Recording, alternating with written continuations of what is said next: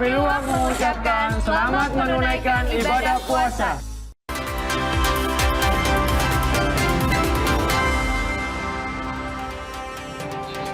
Kompas Petang kami lanjutkan bersama saya Maidop Elfrina. Saudara, kasus ijazah Presiden ke-7 Republik Indonesia Joko Widodo terus bergulir. Kubu Roy Suryo meminta penyidikan kasus pencemaran nama baik yang menjerat mereka dihentikan demi hukum.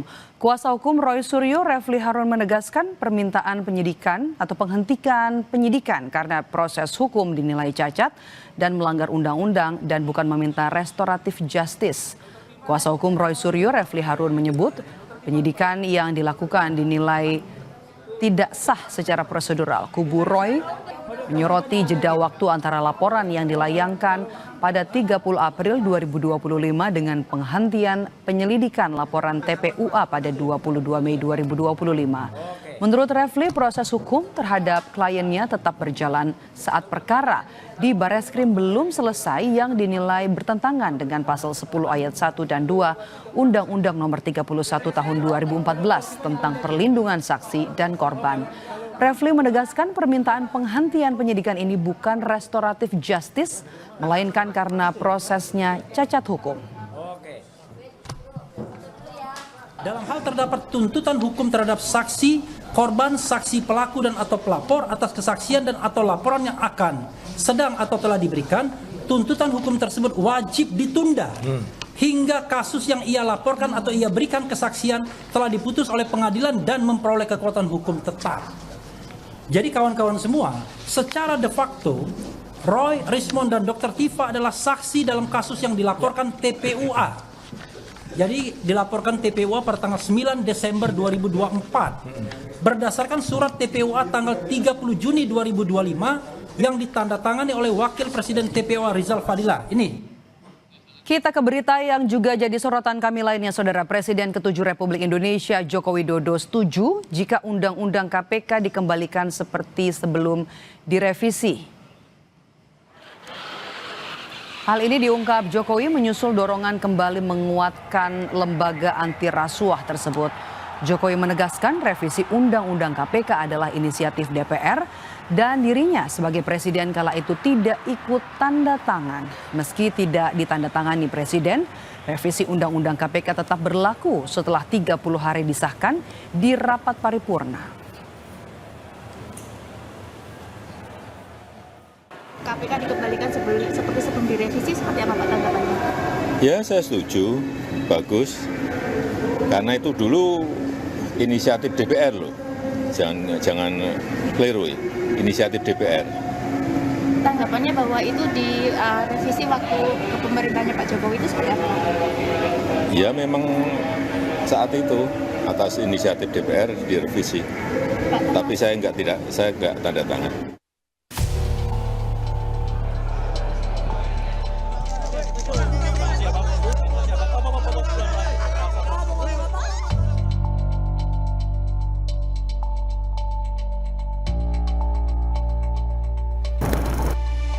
Mantan Ketua KPK Abraham Samad mengungkap kelemahan KPK saat ini kepada Presiden Prabowo Subianto. Saat bertemu Presiden akhir Januari lalu, ia bilang revisi Undang-Undang KPK tahun 2019 lah yang menyebabkan KPK tak segarang dahulu. Salah satu yang disoroti adalah KPK tidak lagi menjadi lembaga independen.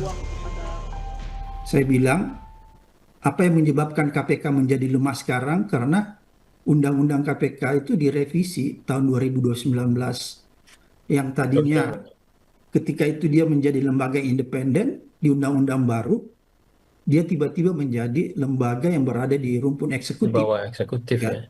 Dan ini kita sudah menyalahi UNCAC, padahal kita sudah ratifikasi. Yeah. Kenapa saya bilang kita sudah mengingkari kesepakatan UNCAC? Karena di dalam UNCAC itu disyaratkan bahwa lembaga anti korupsi itu harus independen. Sementara menurut Wakil Ketua KPK Johanis Tanak melalui pesan singkat kepada Kompas TV menyebut undang-undang bukan barang yang bisa dipinjam lalu dikembalikan setelah selesai dipakai. KPK adalah lembaga negara yang diberi tugas melaksanakan pencegahan dan pemberantasan tindak pidana korupsi, bukan membentuk atau menyusun undang-undang. Berkali-kali pada setiap kesempatan, Presiden Prabowo menegaskan tekad dan komitmennya memberantas korupsi di seluruh lini. Presiden menekankan tak boleh ada kompromi dalam penegakan hukum. Tim Liputan, Kompas TV.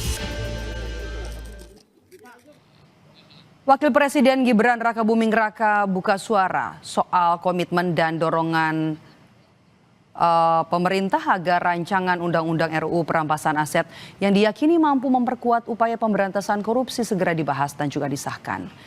Gibran menyampaikan pandangannya soal RUU Perampasan Aset sebagai instrumen kuat melawan korupsi. Gibran mendorong pengesahan perampasan aset untuk mengembalikan kerugian negara akibat tindak pidana korupsi yang selama ini sulit dipulihkan. Gibran mengutip data Indonesia Corruption Watch atau ICW soal potensi kerugian negara akibat korupsi pada periode 2013 hingga 2022 mencapai 238 triliun rupiah.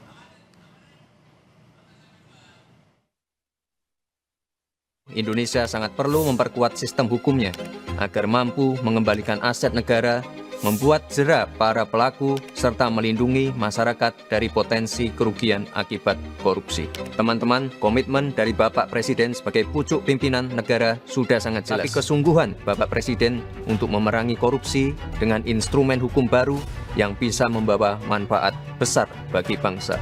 Jika kita sungguh-sungguh ingin memberantas korupsi, maka koruptor harus dimiskinkan. Inilah esensi dari RUU Perampasan Aset yang saat ini menjadi sangat penting dan mendesak. Menanggapi pernyataan Wapres Gibran soal rancangan Undang-Undang Perampasan Aset, Indonesia Corruption Watch atau ICW menilai penting bagi pemerintah dan DPR menegaskan komitmen dalam mendorong RUU Perampasan Aset harus disertai aksi nyata untuk mewujudkannya. Wacana RUU Perampasan Aset ini muncul kembali ketika adanya kritik publik berkaitan dengan pemberantasan korupsi yang dikeluarkan oleh TI, Transparansi Internasional, berkaitan dengan CPI yang menurun begitu. Jadi bagi kami adalah penting untuk menegaskan bahwa pemerintah dan DPR itu harus memiliki komitmen terhadap RUU Perampasan Aset, dan jika tidak prosesnya masih akan ditunda, maka itu hanya apa yang disampaikan oleh Wakil Presiden Gibran bagi kami hanya sekadar lip service belaka saja. Kita akan bahas komitmen pemerintah memberantas korupsi melalui RUU Perampasan Aset yang disuarakan oleh Wakil Presiden Gibran Rakabuming bersama politisi Partai Solidaritas Indonesia atau PSI Valdo Maldini dan juga peneliti Pusat Kajian Anti Korupsi atau PUKAT UGM Zainur Rohman. Selamat petang, Bapak-bapak. Selamat petang, Mami. Selamat sore. Oke, saya mau ke Mas Valdo terlebih dahulu. Apa tujuan Wapres Gibran Rakabuming mengungkapkan pemikirannya di kanal digital untuk disampaikan kepada publik? Tapi jangan dijawab dulu, kami jeda sejenak saudara. Kami akan bahas ini usai jeda di Kompas Petang sesaat lagi.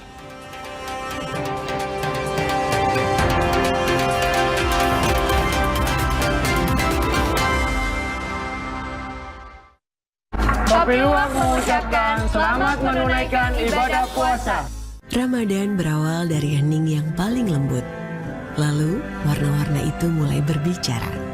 Dan ketika hari perlahan meregang, hijau teduh mengalun di sepanjang mudik. Semua warna ini mengalir ke satu tempat. Rumah, tempat ternyaman untuk hati kembali pulang. Seperti kita di setiap Ramadan. Temukan kehangatan warna Ramadan bersama Nippon Paint. Minum kopi bisa dapat emas murni. Bisa dong, menangkan 20 emas murni dari Kopi Luwak. Kumpulkan kopi luwak favoritmu, tata menjadi rangkaian yang menarik, foto atau video, upload ke sosial media, dan tag @kopiluwakofficial. Buruan kirim, jangan sampai ketinggalan. Kopi luwak dibuat dengan teknologi slow roasting yang diakui oleh BPOM. Harum nikmat aromanya menghadirkan kehangatan di bulan penuh berkah. Alhamdulillah, selamat menunaikan ibadah puasa. Kopi Luwak, pelopor kopi hitam yang nyaman diminum. Di jantung kota digital, Nakula dan Sadewa mendeteksi ancaman. Sistem keuangan dikorup. Sangkuni melahap kripto.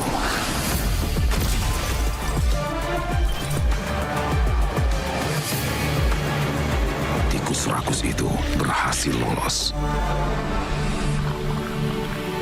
Marjan, berbuka dan bangkitkan semangat. Ramadan berawal dari hening yang paling lembut. Lalu, warna-warna itu mulai berbicara. Dan ketika hari perlahan meregang, hijau teduh mengalun di sepanjang mudik. Semua warna ini mengalir ke satu tempat. Rumah, tempat ternyaman untuk hati kembali pulang. Seperti kita di setiap Ramadan. Temukan kehangatan warna Ramadan bersama Nippon Paint. Sistem keuangan dikorup tikus rakus. Nakula dan Sadewa mengejar Sangkuni. Marjan, berbuka dan bangkitkan semangat. Di bulan suci, kita pasti dicoba. Ademin lagi dengan Aqua. Aqua, dingin alaminya, ademin Ramadanmu. Sistem keuangan dikorup tikus rakus. Nakula dan Sadewa mengejar Sangkuni. Marjan, berbuka dan bangkitkan semangat. Wah. Nggak takut kolesterol? Drink Benecol, plan sama buang kolesterol, makan jadi bebas pol. Benecol, yeah. Plan sama buang Kolesterol out, makan lanjut. Eat Benecol repeat. Makanan tinggi kolesterol, gaspol. Langsung minum Benecol. Satu-satunya dengan Planstanol di Indonesia. Teruji klinis turunkan kolesterol. Makan jadi bebas, pol. Sistem keuangan dikorup tikus rakus. Nakula dan Sadewa mengejar Sangkuni. Marjan, berbuka dan bangkitkan semangat.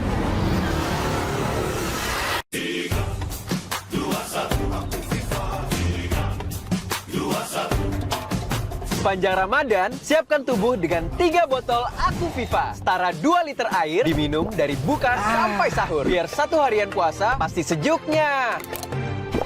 Langsung kerasa sejuk. Aktivitas selama Ramadan tetap lancar. Murni banget dengan Aku Viva. Siap jalani bulan kemenangan. Murni dan pasti sejuknya. Dari Wings Food. Sistem keuangan dikorup tikus rakus. Nakula dan Sadewa mengejar Sangkuni. Marjan, berbuka dan bangkitkan semangat. Itu bakteri. Baju lembab mengundang bakteri, jadi bikin gatal dan bau. Pakai Soplin Antisep Deo Fresh baru. Deterjen dengan Auto Active Power. Bersihkan kotoran, bakteri, dan jamur. Soplin Antisep. Solusi bersih, bebas bakteri, fresh seharian. Wingscare. Sistem keuangan dikorup tikus rakus. Nakula dan Sadewa mengejar Sangkuni. Marjan, berbuka dan bangkitkan semangat. Kopi Luwak mengucapkan selamat menunaikan ibadah puasa.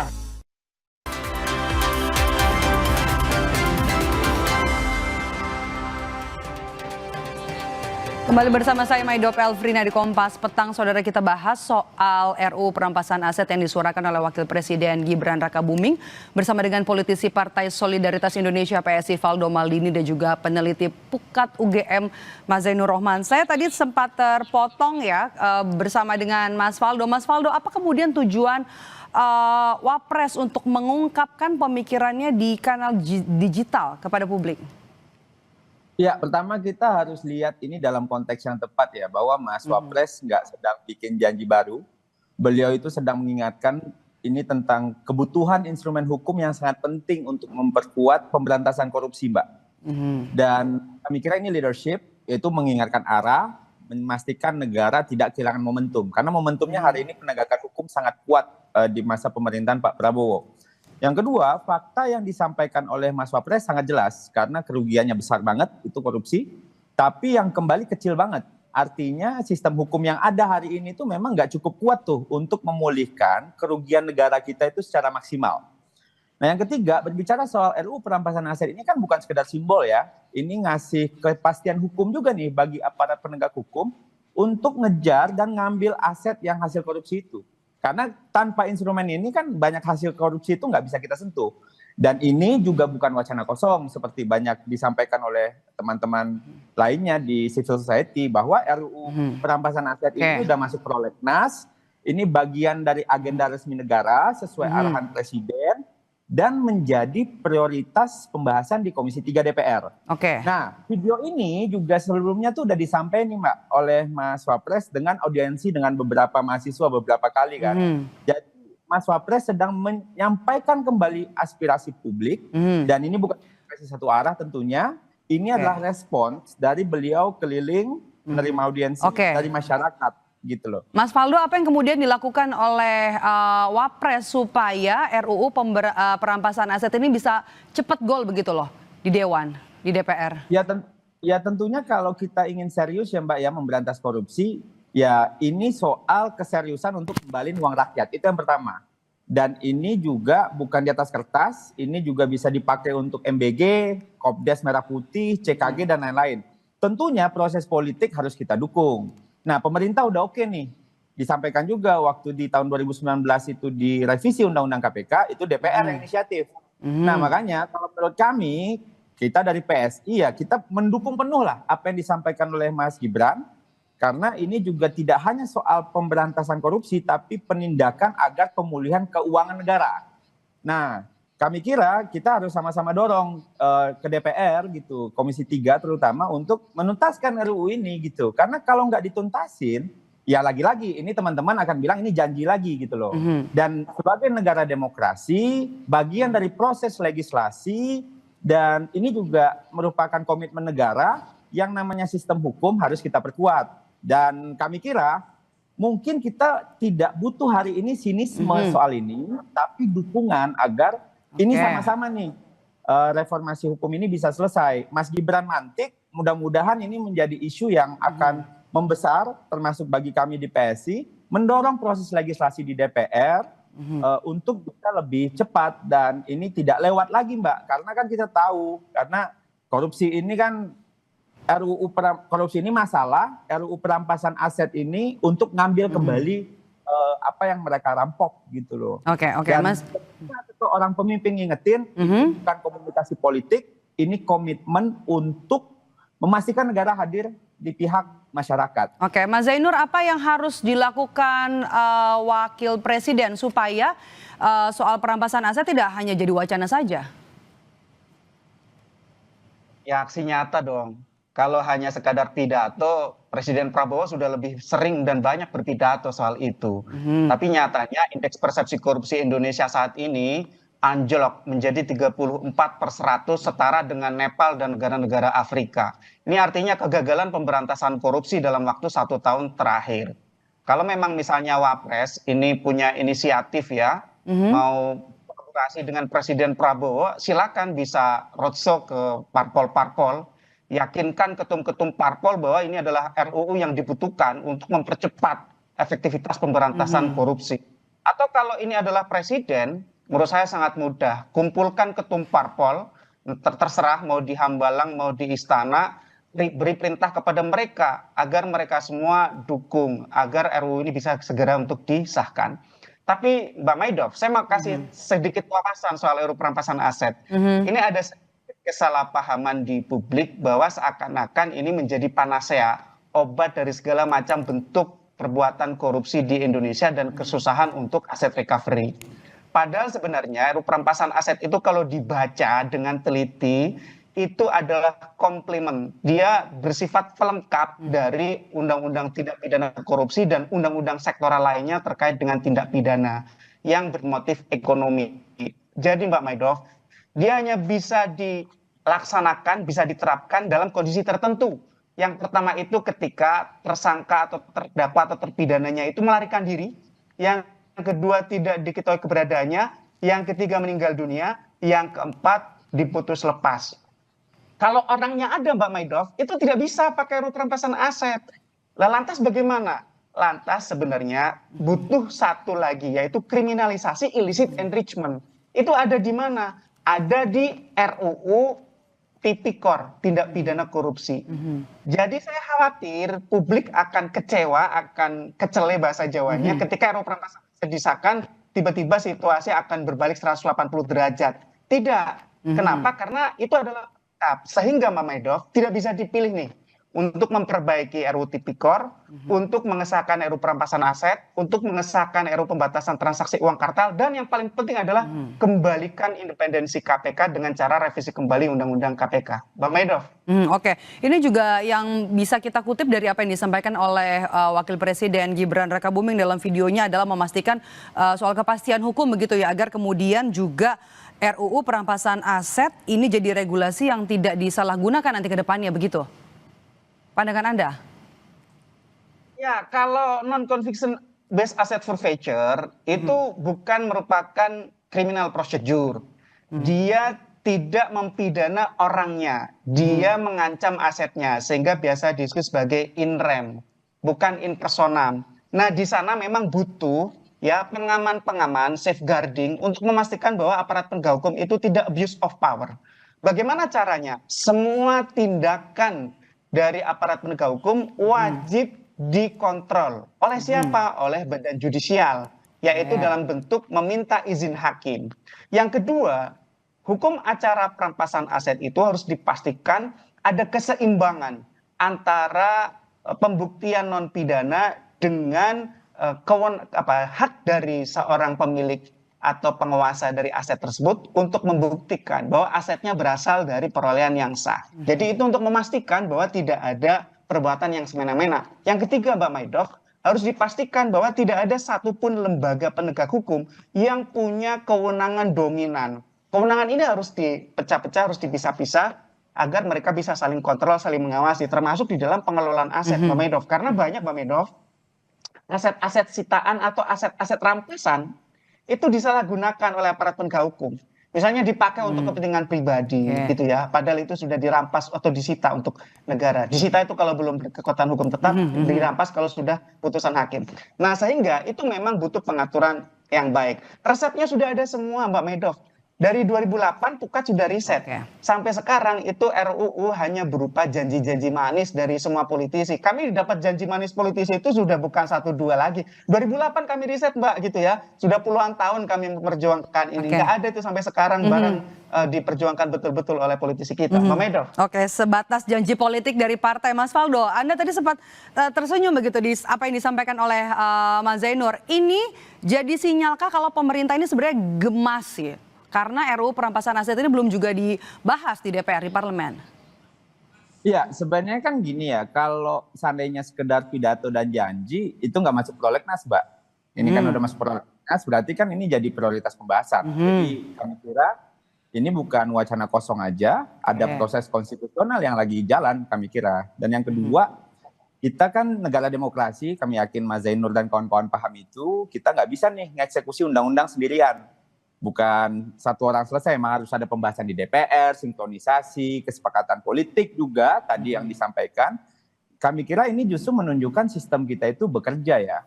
Dan ini soal political will juga sih, Mbak, kalau kami kira ya, bahwa Mas Gibran secara terbuka bicara soal kerugian negara dan lemahnya asset recovery. Jadi ini kan nggak defensif ya, tapi menyatakan bahwa pemerintah itu sadar gitu, bahwa ada celah dan ini mau diperbaiki. Dan tadi juga bicara soal dukungan partai, ya kami kira tidak perlu saling menyalahkan.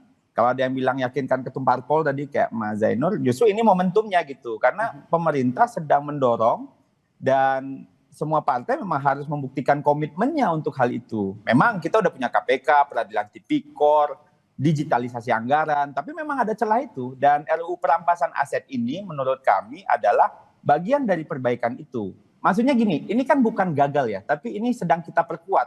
Apa yang terjadi, kita sedang perkuat nih, karena dalam sistem presidensial, pembentukan memang kerja bersama gitu. Kalau presiden maksa DPR ya bahaya juga buat demokrasi, Mbak Mei gitu kan. Dan kami kira yang tadi nggak kalah jauh lebih menarik ya yang disampaikan oleh Mas Zainur ya, bahwa jika pelaku bisa lari atau meninggal, negara itu bisa tetap ngambil asetnya, Mbak. Jadi koruptor itu mungkin bisa lari gitu, tapi uangnya tuh nggak boleh ikut lari gitu loh. Karena selama ini kan sistem kita itu basisnya pidana. Artinya kan harus ada pelaku, pengadilan, vonis gitu. Kalau pelaku kabur dan meninggal, prosesnya berhenti. Kan negara nggak. Nah, RUU ini kan juga ada keinginan untuk fokusnya itu pada aset hasil kejahatan gitu, bukan hanya pelakunya aja. Dan ini pelengkap dan justru menutup celah terbesar karena selama ini kasus-kasus besar ya, tapi aset recovery-nya sangat kecil. Negara ini tahu nih ada uang nih, tapi nggak bisa diambil gitu karena pelakunya nggak bisa diproses pidana. Dengan RUU ini harapannya negara tetap bisa merampas aset yang terbukti dari hasil kejahatan mekanisme perdata gitu loh Mbak. Jadi memang spiritnya sama sih kami kira, dan negara-negara praktik internasional juga udah ada, mereka ada non-conviction based asset itu, sehingga perampasannya nggak perlu nunggu vonis pidana. Dan negara modern nih Mbak ya, itu kan udah ngejar duit tuh, bukan lagi ngejar orangnya gitu. Jadi kami kira ini sebuah upaya yang baik, yang sama-sama punya spirit yang sama, teman-teman civil society sama, pukat sama, partai seperti PSI juga sama. Kita berharap civil society, masyarakat juga, mahasiswa juga, sama-sama kita kawal. Mudah-mudahan nih tahun 2026 ya, masih awal tahun nih, mudah-mudahan jadi tuh barang. Gol ya, 2026 ya. Oke, Pak Zainur, yang terakhir saya mau ke Anda, bagaimana kemudian apa yang harus dilakukan oleh pemerintah supaya ini tidak hanya jadi wacana dan ini bisa gol di tahun 2026 ini, RUU perampasan aset? Ya, yang pertama harus sadari ya, atas kegagalan pemberantasan korupsi 1 tahun terakhir. Harus diakui ini gagal, indeks persepsi korupsi kita itu turun dari 37 ke 34. Kalau tidak mau mengakui kegagalan, denial, selamanya kita tidak bisa memberantas korupsi dengan baik. Itu yang pertama. Yang kedua, butuh upaya-upaya luar biasa untuk melakukan percepatan pemberantasan korupsi. RUU perampasan aset sangat kami dukung dari 2008. Silakan googling. Kami punya hasil penelitian 2008 dari Pukat gitu ya.